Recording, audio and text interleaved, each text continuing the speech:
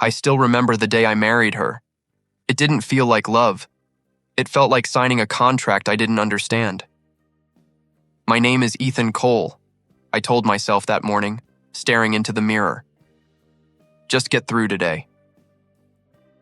When I reached the hall, everything looked perfect. Flowers, lights, expensive guests. And at the center of it all stood Victoria Hale. She didn't smile when she saw me. "Don't be late," she said as I approached. "I wasn't," I replied quietly. "Good," she said. "Let's not embarrass ourselves." That was the first moment I knew what this marriage would be. Cold, distant, empty. During the ceremony, I tried to look at her. I wanted to feel something real. "Do you take him as your husband?" the officiant asked. There was a pause. "I do," she said flatly. No warmth, no emotion. When it was my turn, I swallowed hard. "I do," I said. I meant it. She didn't. After the ceremony, people came to congratulate us. "Victoria, you look stunning." "Thank you," she said with a polite smile. "And this must be your husband?"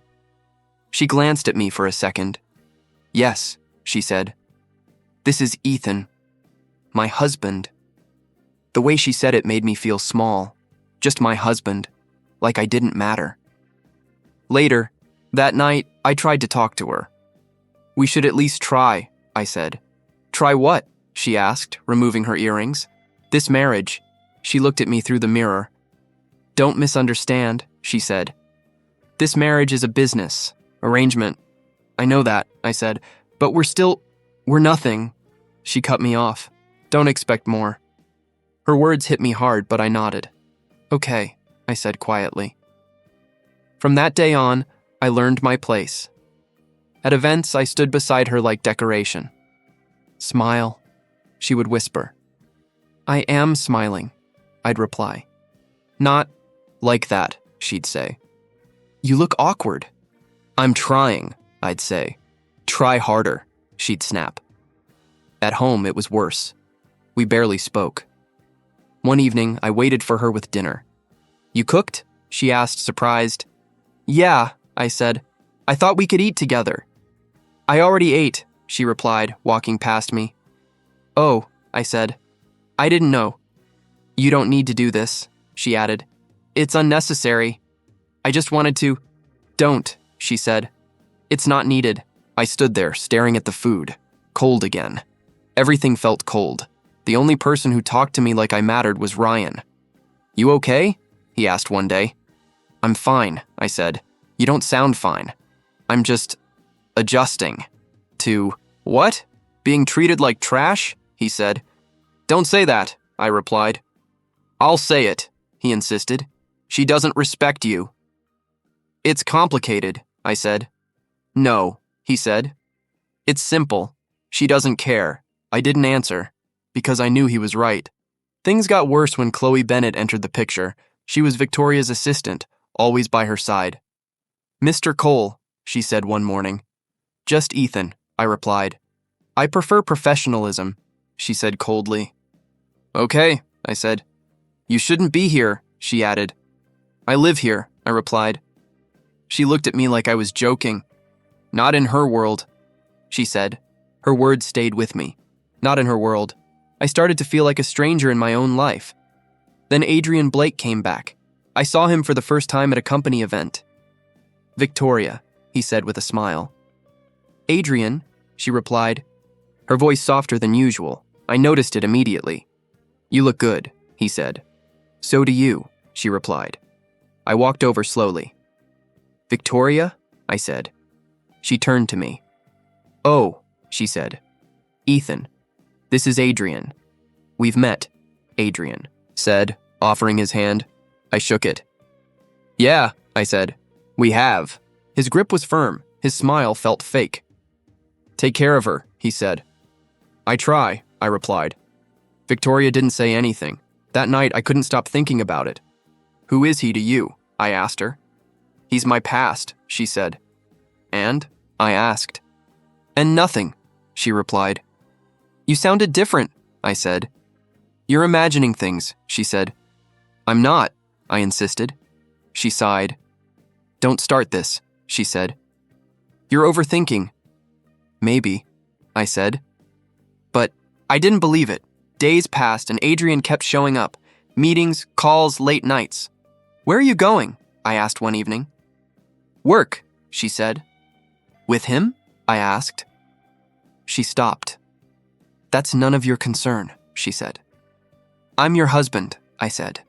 Only on paper, she replied. That hurt more than anything. One night I couldn't sleep. I went downstairs to get water. That's when I heard voices. Victoria and Adrian. I froze near the door. She's still useful, Adrian said. My heart stopped. Only for now, Victoria replied. I felt like I couldn't breathe. What about him? Adrian asked. He doesn't matter, she said. He trusts you, Adrian said. That's his mistake, she replied. Each word felt like a knife. So when do you end it? Adrian asked. When the deal is done, she said. Not before. And him? He asked again. I'll handle it, she said coldly. I stepped back slowly. My hands were shaking. My chest felt tight. I wanted to walk in. I wanted to confront them, but I couldn't move. I just stood there, listening to the truth, listening to the woman I married talk about me like I was nothing. I went back upstairs without making a sound. I sat on the edge of the bed. Was any of it real? I whispered. No answer. Just silence. I laughed quietly. Of course not, I said. Everything made sense now. The cold looks, the distance, the way she never tried. I wasn't her husband. I was part of a plan, a tool, something temporary. I looked at my hands. They used me, I said. The pain settled deep inside me. Not loud, not explosive, just heavy. I lay back slowly, staring at the ceiling. I thought I could make this work, I said. I closed my eyes. I thought, if I tried hard enough, but I was wrong, completely wrong. I wasn't just unloved, I was never meant to be loved. And that truth broke something inside me. I'm such an idiot, I whispered. For the first time, I didn't feel hope, only emptiness, only anger, and one clear thought. I'm being used. I heard everything, I said the moment she walked into the room. Victoria didn't even look surprised. She placed her bag down and glanced at me like I was an inconvenience. Heard what? She asked. Don't do that, I said. Don't pretend. She sighed. I don't have time for this, Ethan. Then make time, I snapped. For once, just tell me the truth. She turned to face me, her expression cold. What truth do you want? She asked. That I matter. I said. That this marriage means something. There was a pause. Then she spoke. You were never my husband, she said. You were part of a deal. I felt something inside me crack. A deal? I repeated. Yes, she said. A business arrangement. That's all this ever was. And me? I asked. What was I? She looked at me without emotion. A tool, she said. I took a step back. You're serious, I whispered. I've always been serious, she replied. All those times I tried, all those times I waited for you, I said. That wasn't your choice, she cut in. I loved you, I said. That was your mistake, she replied. Silence filled the room. I couldn't breathe properly. So what now? I asked. Now? She said. We finish what we started. Then we end it. End it? I said. Yes, she replied. A clean divorce. That's it? I asked. That's all I am to you? She didn't answer. That was my answer. The next morning, everything got worse. I was called into the company office. What's going on? I asked Chloe when I saw her waiting. Please come with me, she said. Her tone was formal, distant. We entered the boardroom. Everyone was there. Victoria, Adrian. The board members. I felt uneasy. Sit down, one of them said. I sat slowly. What is this? I asked. Adrian leaned forward. We've discovered some irregularities, he said. What kind of irregularities? I asked. Financial ones, he replied. I frowned. That's impossible, I said.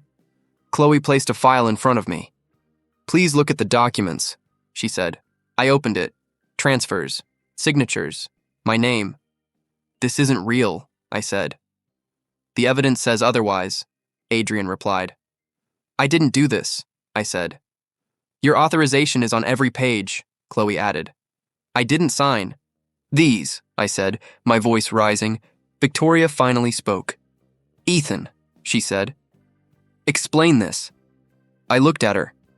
You think I did this? I asked. I'm asking you to explain, she replied. I just did, I said. I didn't do it. Adrian shook his head. This is disappointing, he said. Stop acting, I snapped. You set this up. That's a serious accusation, he said calmly. And it's the truth, I replied. Do you have proof? He asked. I stayed silent, because I didn't. Chloe spoke again. The transactions link directly to your accounts, she said. They're fake, I said. The board. Doesn't think so, Adrian replied. I turned to Victoria. Say something, I said. You know me? She looked at the documents, then at me. I need facts, she said. I'm your husband, I said. That doesn't change anything, she replied. It should, I said. It doesn't, she said. I felt my hands shaking. Victoria, please, I said. You know I wouldn't do this. She didn't answer. One of the board members spoke. We will proceed with disciplinary action, he said. What action? I asked. Termination, he replied, and legal investigation. My head spun. You can't be serious, I said. Adrian leaned back. We're very serious, he said. I looked at Victoria one last time. You're really going to let this happen? I asked. She picked up a pen. This is necessary, she said. Necessary? I repeated. She signed the document. Just like that, everything ended. I trusted you, I whispered. She didn't look at me. You shouldn't have, she said. That was it. That moment broke me. I stood up slowly. Is this what you wanted? I asked. No one answered. Fine, I said. You win.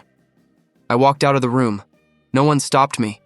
Outside, the world felt different. Colder. Empty. My phone rang. Ethan? Ryan's voice came through. It's over, I said. What happened? He asked. They destroyed me, I replied. What? He said. Who? Everyone, I said. Where are you? He asked. Doesn't matter, I said. Stay there, he said. I'm coming. There's no point, I replied. Don't say that, he said. I lost everything, I said. We'll fix it, he insisted. You can't fix this, I said. Try me, he said. I smiled bitterly.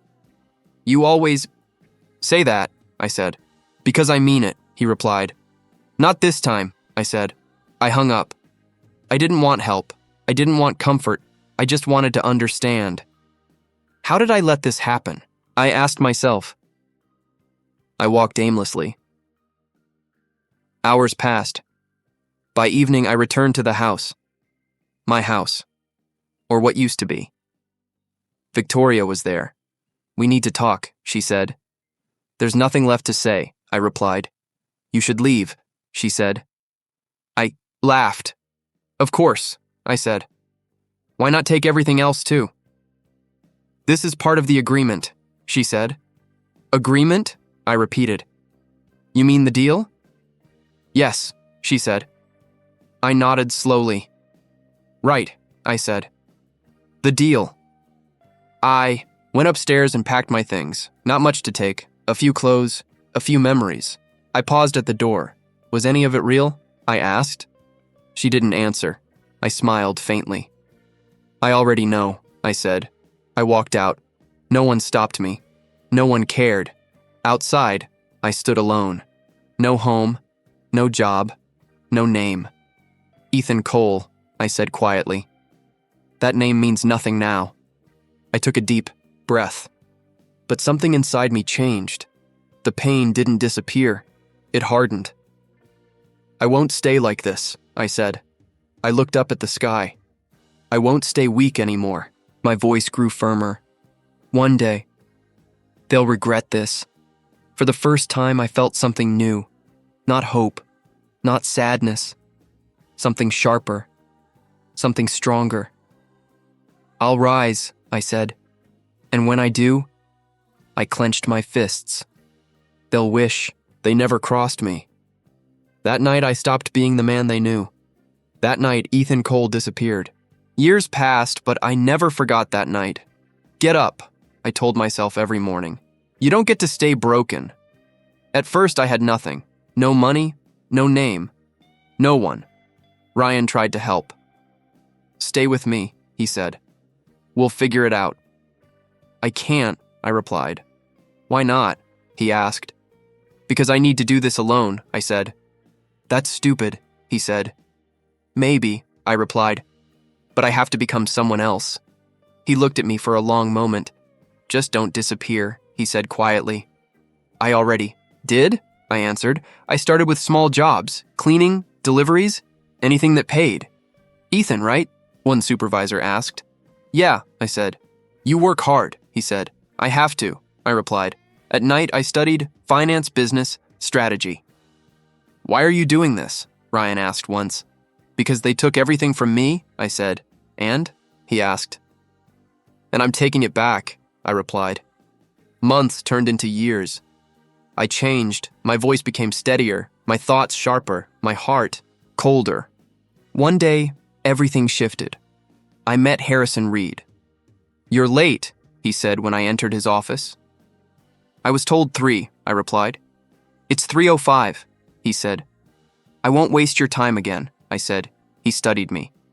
You don't look like an applicant, he said. I'm not, I replied. Then what are you? He asked. Someone who wants a chance, I said. He leaned back. Why should I give you one? He asked. Because I don't quit, I said. That's not enough, he said. It is for me, I replied. He smiled slightly. You've been broken, he said. I didn't answer. Good, he continued. That means you can be rebuilt stronger. I held his gaze. Teach me, I said. Prove you're worth teaching, he replied. I will, I said, and I did. Day after day, he pushed me. You're thinking too small, he said. Then show me bigger, I replied. You're too emotional, he said. Then teach me control, I answered. You hesitate, he said. Not anymore, I replied. I failed. A lot.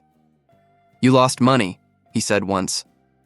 I earn it back, I replied. How? He asked.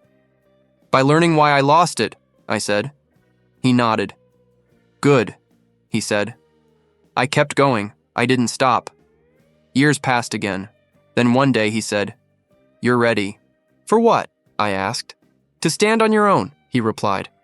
I looked at him. I already am, I said. He smiled. Now prove it, he said. And I did. I built my own company. Small at first, then bigger. Sir, we secured the deal. 1 employee. Told me.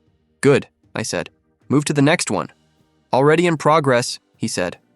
I nodded. Don't slow down, I replied. I never slowed down. Meanwhile, I heard things. News. Rumors. Victoria Hale's company is struggling, Ryan told me one day. I paused. Why? I asked. Internal issues, he said. Something about missing funds. I almost laughed. Karma, I said quietly. It gets worse, he added. What? I asked. Adrian disappeared, he said. With money? I asked. Lots of it, he replied. I leaned back. Of course he did, I said. And Chloe? Ryan asked. Gone, he answered himself. No one can find her. I stayed silent. For the first time, I didn't feel anger, just distance. She's alone now, Ryan said. I nodded slowly. I know that feeling, I replied. Time passed again. Then came the invitation. You've been requested at this event, my assistant said. By who? I asked. Hale Corporation, she replied. I smiled faintly. Interesting, I said. You don't have to go, she added. No, I said. I think I do. That night, I walked into the event. Different place, different man. Mr. Cole, someone greeted me. Good evening, I said. You've made quite a name, he said. I've worked for it, I replied. Then I saw her. Victoria, she looked tired. Not weak, but not untouchable anymore.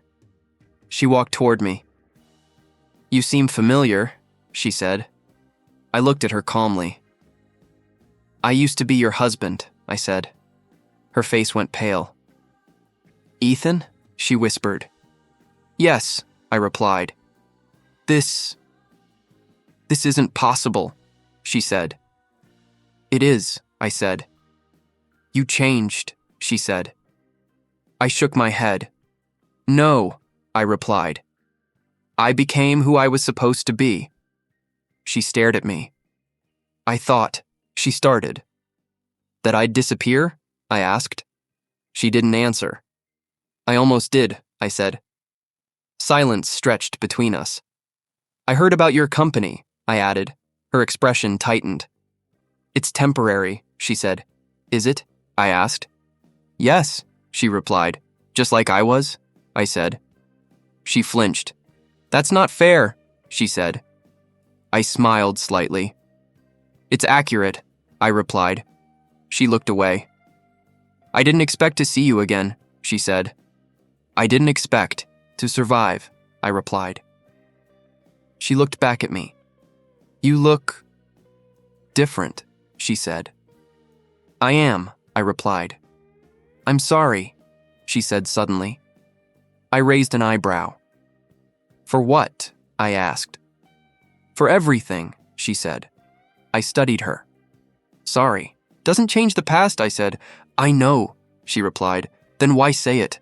I asked. Because I mean it, she said. I nodded slowly.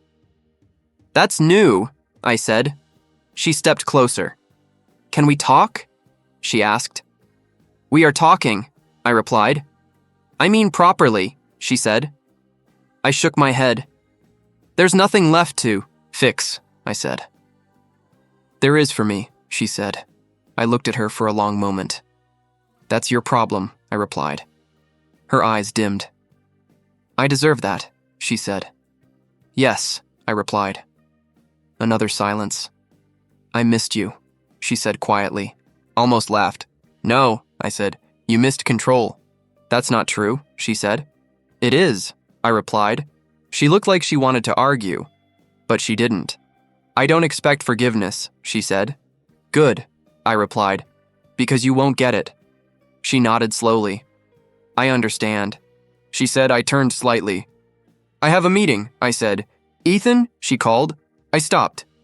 Yes? I asked. She hesitated. I'm glad you're alive, she said. I paused. Then I spoke. I am too, I said, and I walked away. This time I didn't look back. This time I didn't feel small. The power had shifted, completely, and for the first time, she was the one I couldn't hear anymore. Victoria came to my office without an appointment. I need to talk, she said. I didn't look up from my desk. You should have scheduled it, I replied. This isn't business, she said. It's always business, I answered. Not this time, she whispered. I finally looked at her. She looked different, not polished, not untouchable, just tired. What do you want? I asked. My company is collapsing, she said. I know, I replied. I didn't come here as a CEO, she said.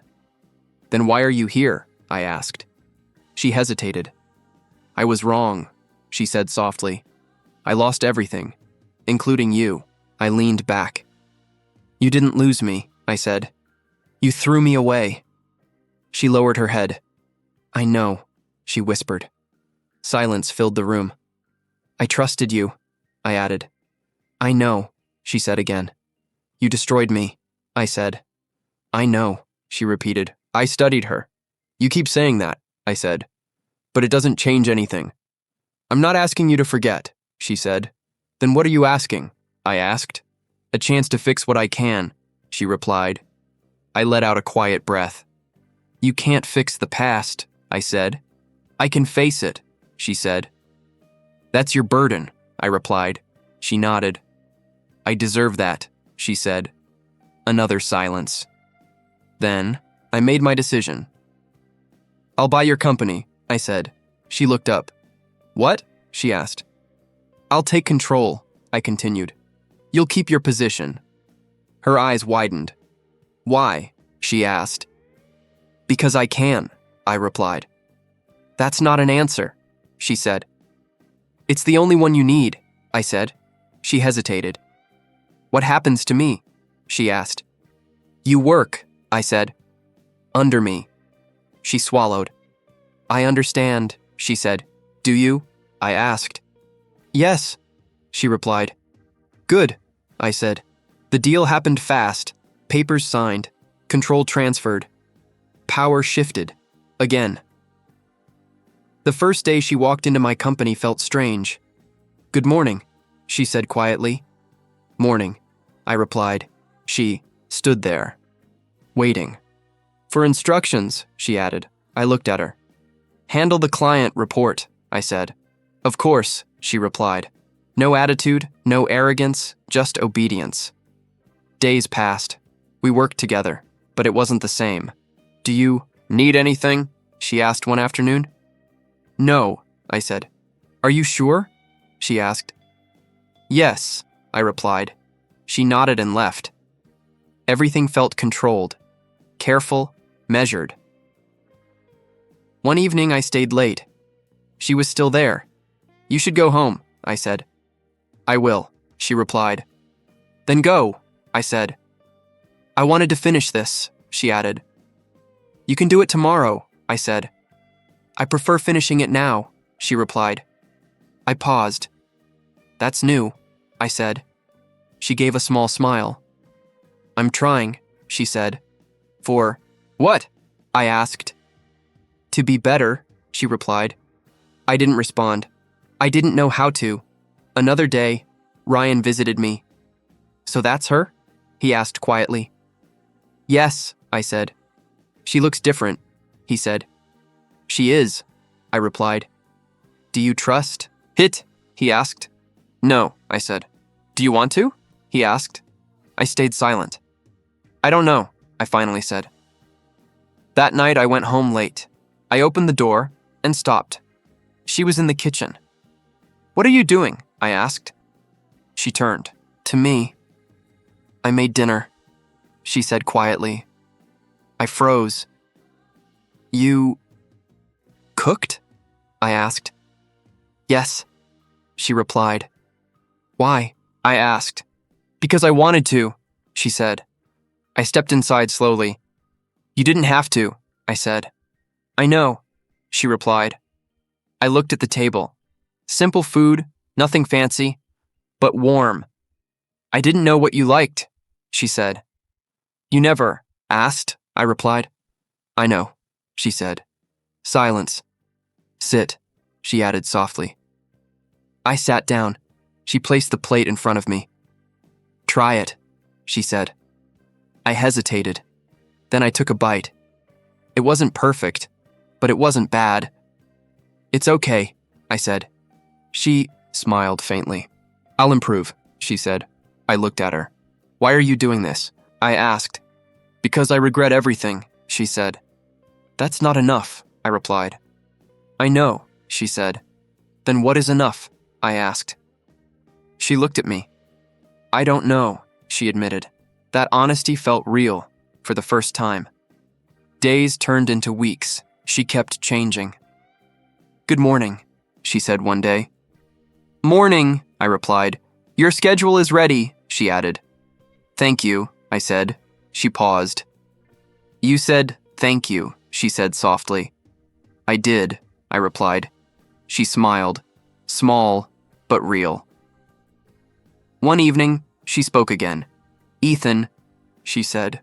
Yes? I asked. I used to despise you, she whispered. I didn't react. I know, I said. She looked down. Now I just wish I had another chance, she said. I stayed silent, because I didn't have an answer.